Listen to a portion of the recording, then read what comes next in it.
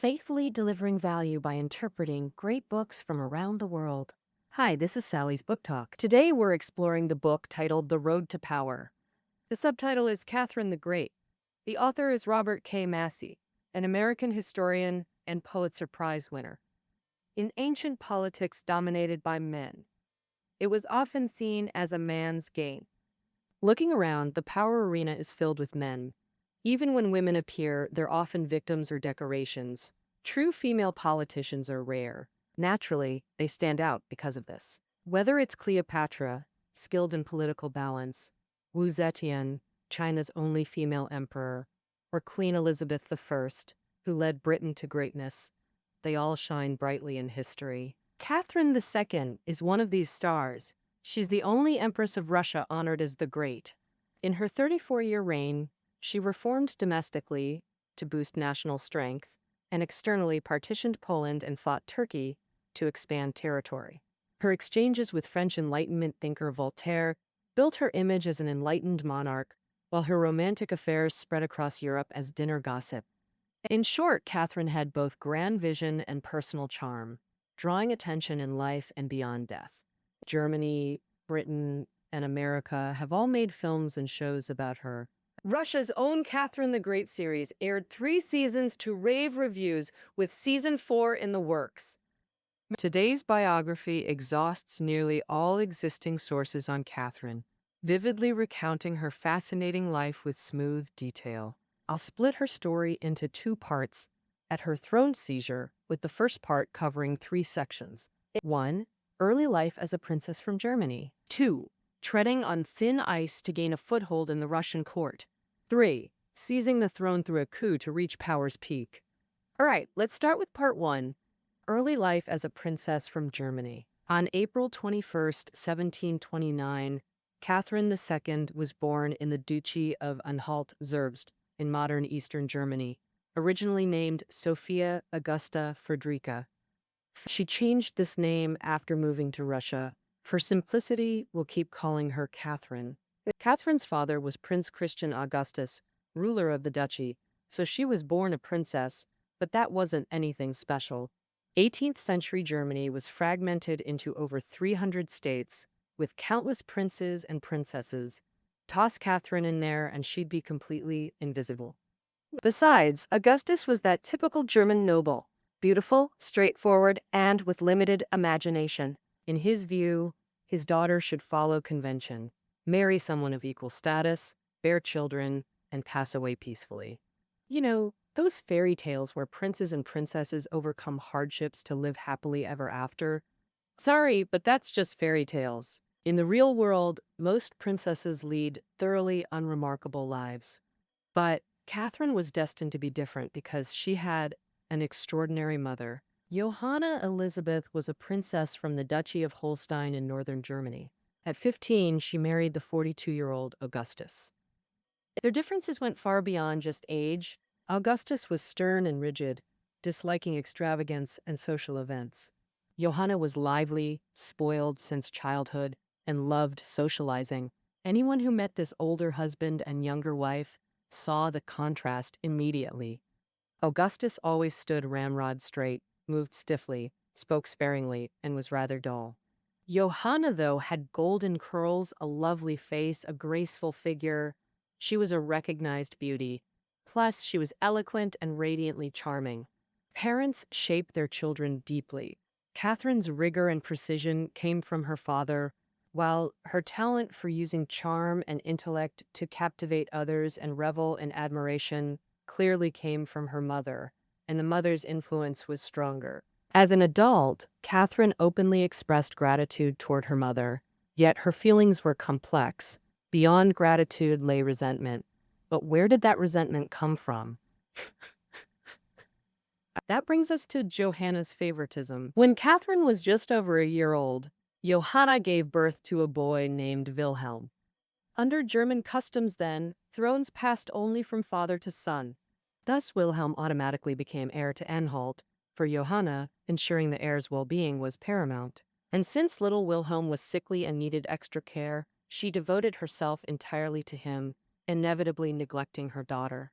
For a long time, Johanna practically neglected Catherine, entrusting her education entirely to the governess Babet. But that was French.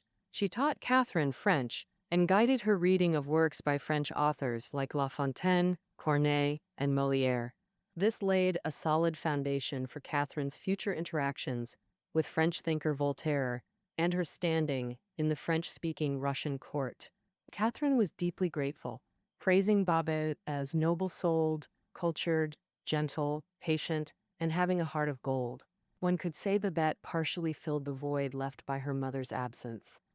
Later, Wilhelm contracted scarlet fever and died young, transferring Anhalt's succession rights to Wilhelm's brother, who was relatively healthier. Only then did Johanna turn her attention to her daughter. By then, Catherine was 14. In the 18th century, it was time to consider marriage prospects. Johanna planned to arrange an advantageous marriage for her, but this was no easy task. After all, Germany had thousands of princesses, and even more from other countries, plenty of them reaching marriageable age, creating fierce competition where Catherine had no particular advantage.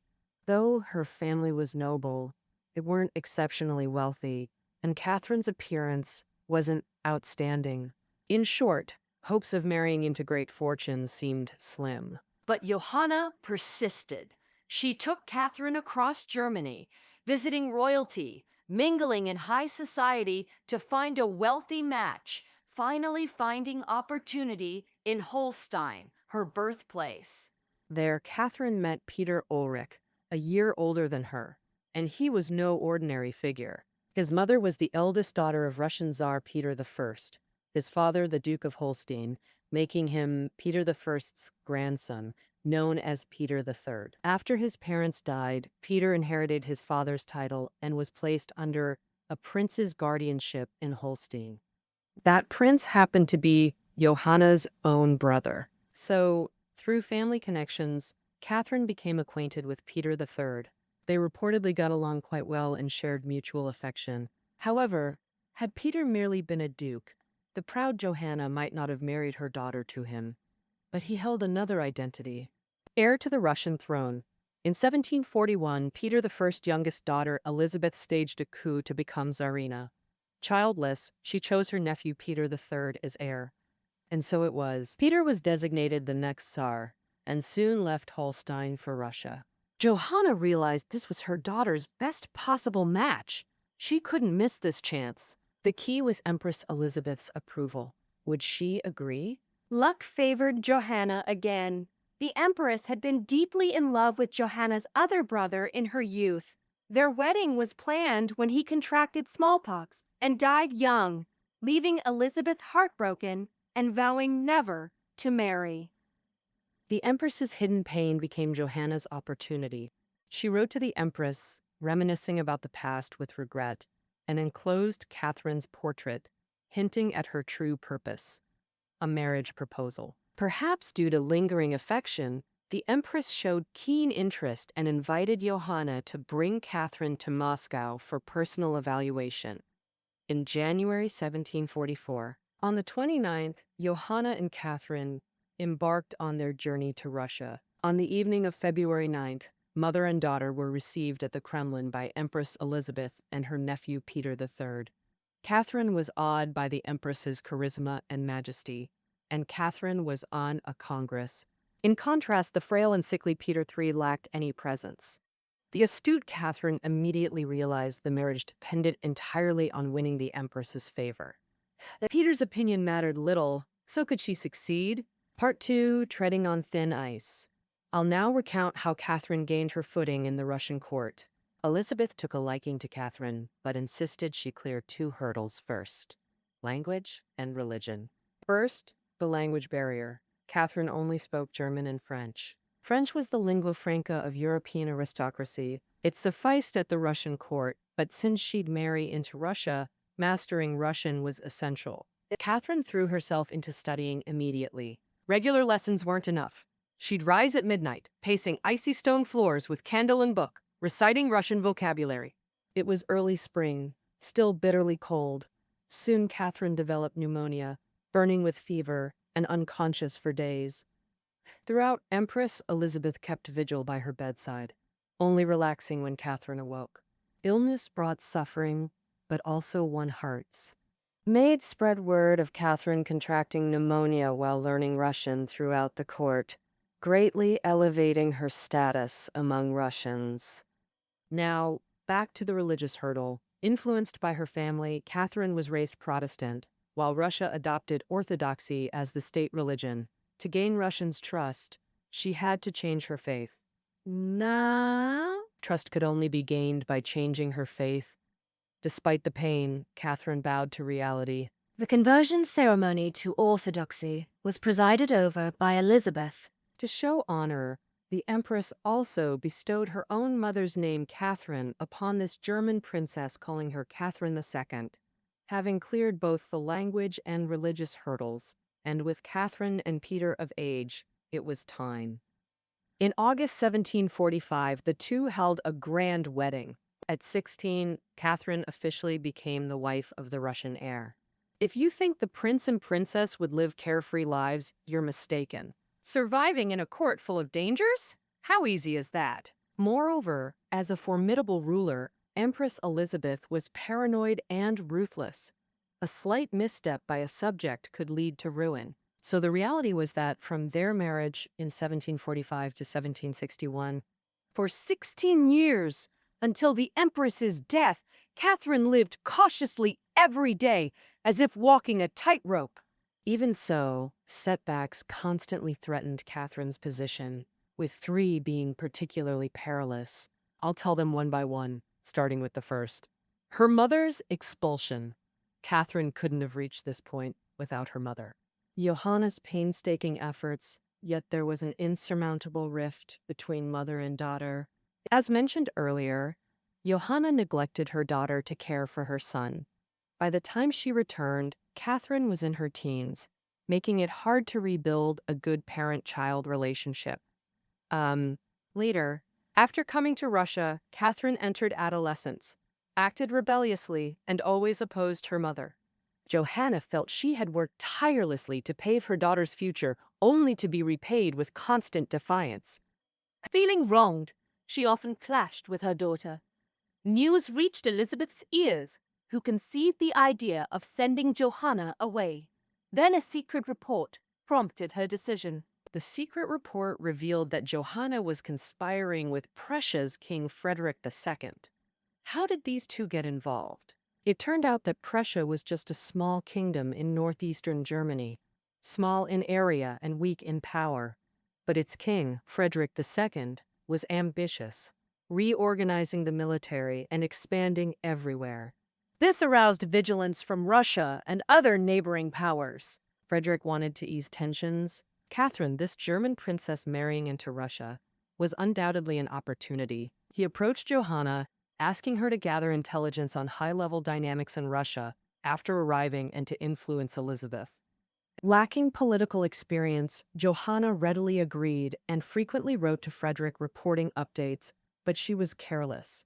The letters were intercepted by Russian intelligence, angering Elizabeth, who found an excuse to send Johanna back home, and painful, saving face for her. After investigation, Catherine was unaware of this, so the Empress took no drastic action, but replaced her steward and servants with loyalists.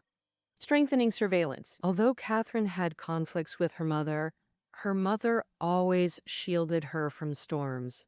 After Johanna left, Catherine was alone without relatives and had to tread on thin ice, walking alone on a difficult path. The second setback followed. Marital relations deteriorated. Peter's feelings for Catherine went from good to bad.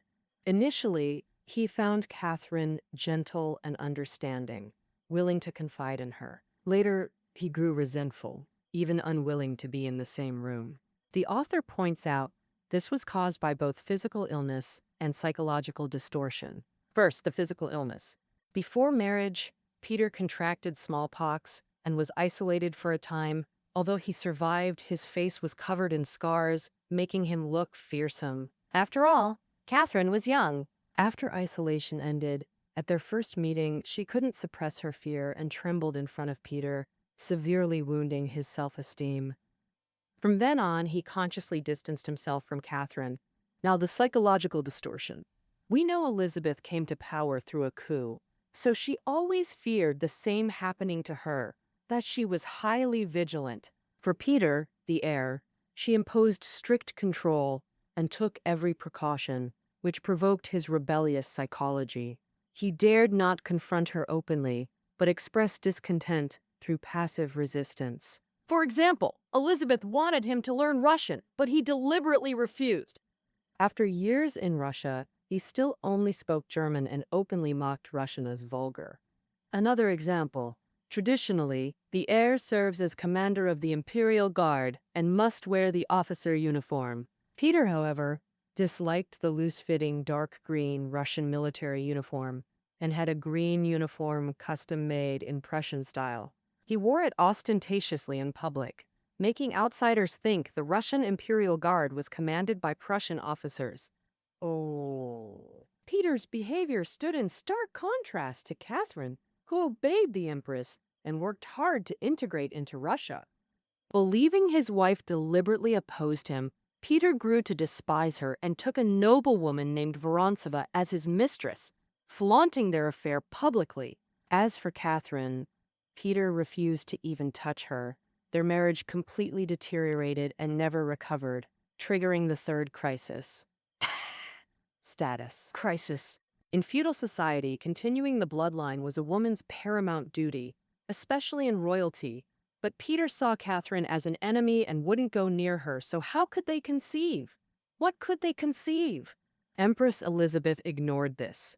Though female, her thinking was traditional. She blamed Catherine entirely for failing to keep her husband's affection. She warned Catherine that without bearing children soon, she'd consider replacing her, and Peter's mistress was the ready alternative. At this critical moment, Catherine's chief lady-in-waiting hinted, "However you do it, just give the Empress a grandson, and she'll be satisfied." However you do it, Catherine grasped the meaning instantly and took action. In September 1754, 9 years into the marriage, she finally bore a son.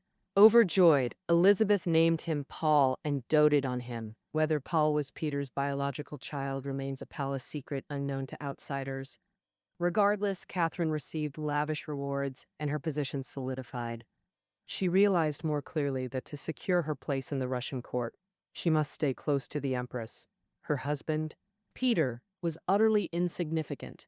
She began to look down on him from the heart. This mentally cleared the path for her future coup to overthrow Peter's rule. Part 3.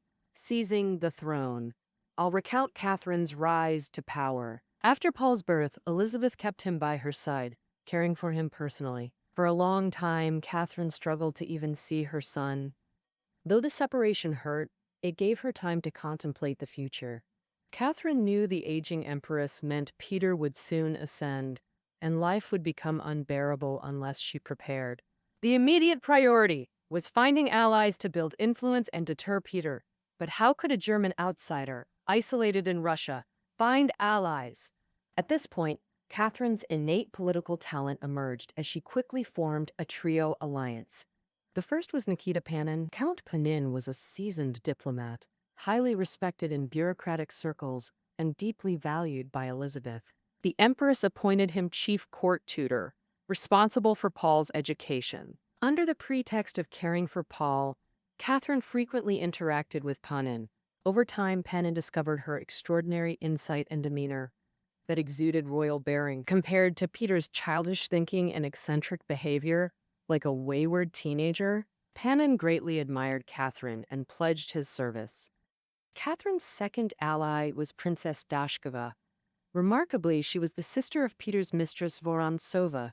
How did Catherine win over her rival's sister? What magic did Catherine use? Dashkova had been fascinated by French Enlightenment ideas since childhood, while Catherine was well-versed in Voltaire and Montesquieu and fluent in French. Their first meeting captivated Dashkova with Catherine's erudition and unique perspectives. She became Catherine's devoted admirer, even scorning her own sister Vorontsova, extending this disdain to Peter as well. Now, Catherine's third ally, Grigory Orlov. Note that In 18th century European aristocracy, spouses having lovers was commonplace. Peter had lovers, and Catherine did too, more than just Orlov. Catherine had previous lovers, but with Orlov, she transcended emotional needs to cultivate this as a political alliance. Orlov came from a military family. All 5 brothers were brave warriors. Their battlefield excellence earned them officer positions in the Imperial Guard, protecting the royal family. That's how Orlov met Catherine and quickly fell under her spell. These 4 brothers followed suit, and with the Orlov's help, the entire Imperial Guard sided with Catherine. Wait, wasn't Peter the Imperial Guard commander? How did he lose control so easily? The key was Peter's refusal to learn Russian or embrace Russian culture, always flaunting his German identity, even wearing Prussian uniforms during troop inspections.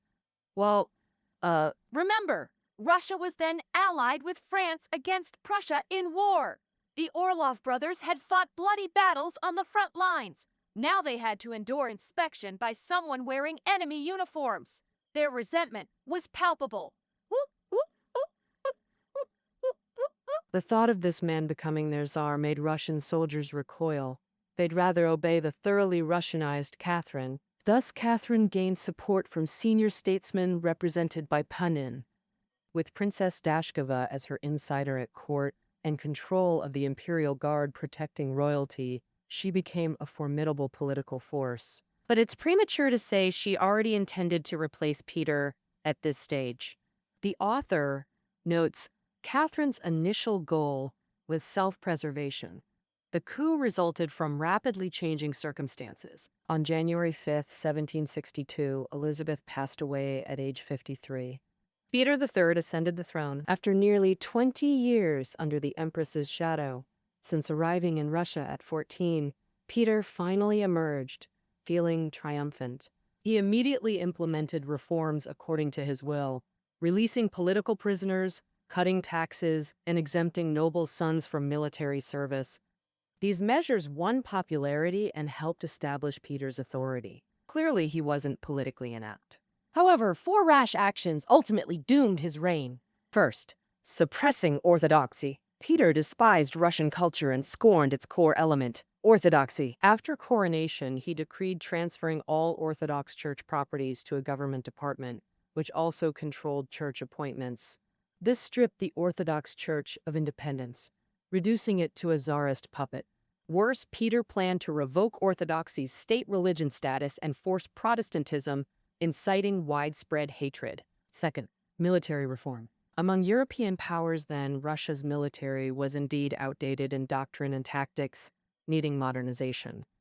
The problem, Peter copied Prussia's military wholesale, uniforms, discipline, drills, forcing it on resistant troops, sparking fierce backlash, especially from the already discontent Imperial Guard.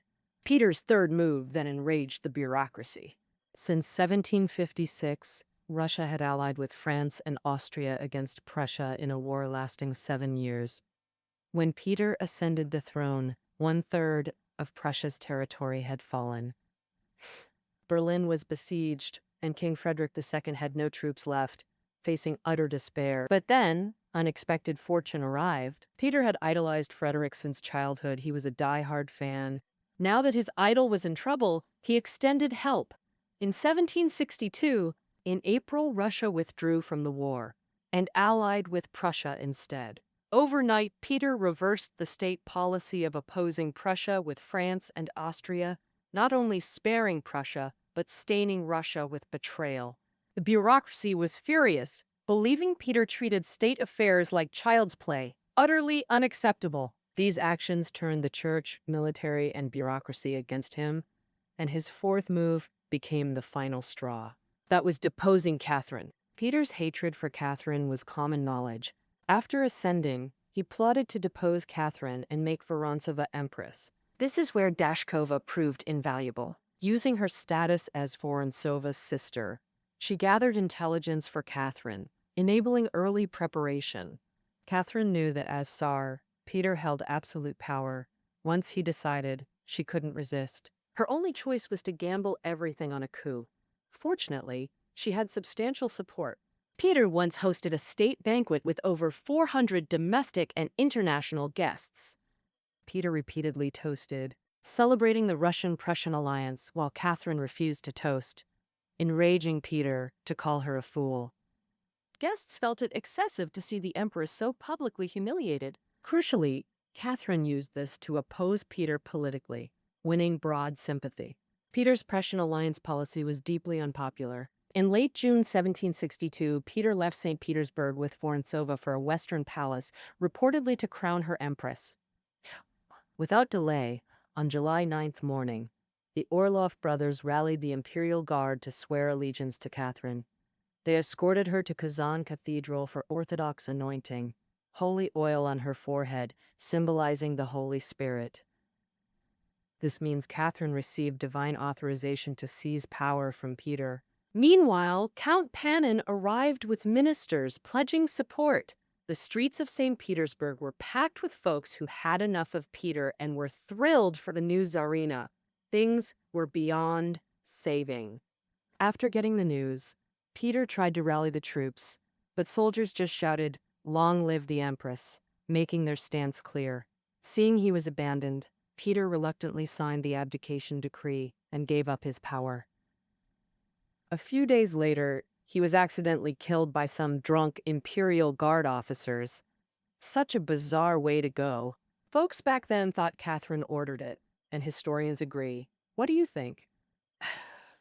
Feel free to leave comments below. And so, Peter III's 6-month reign came to an end, and Russia welcomed its fourth empress in history, along with the path to power. That wraps up part 1 on Catherine the Great. Next time, I'll cover how she solidified her throne and built Russia into a top European power. Book notes. See you next time below the audio.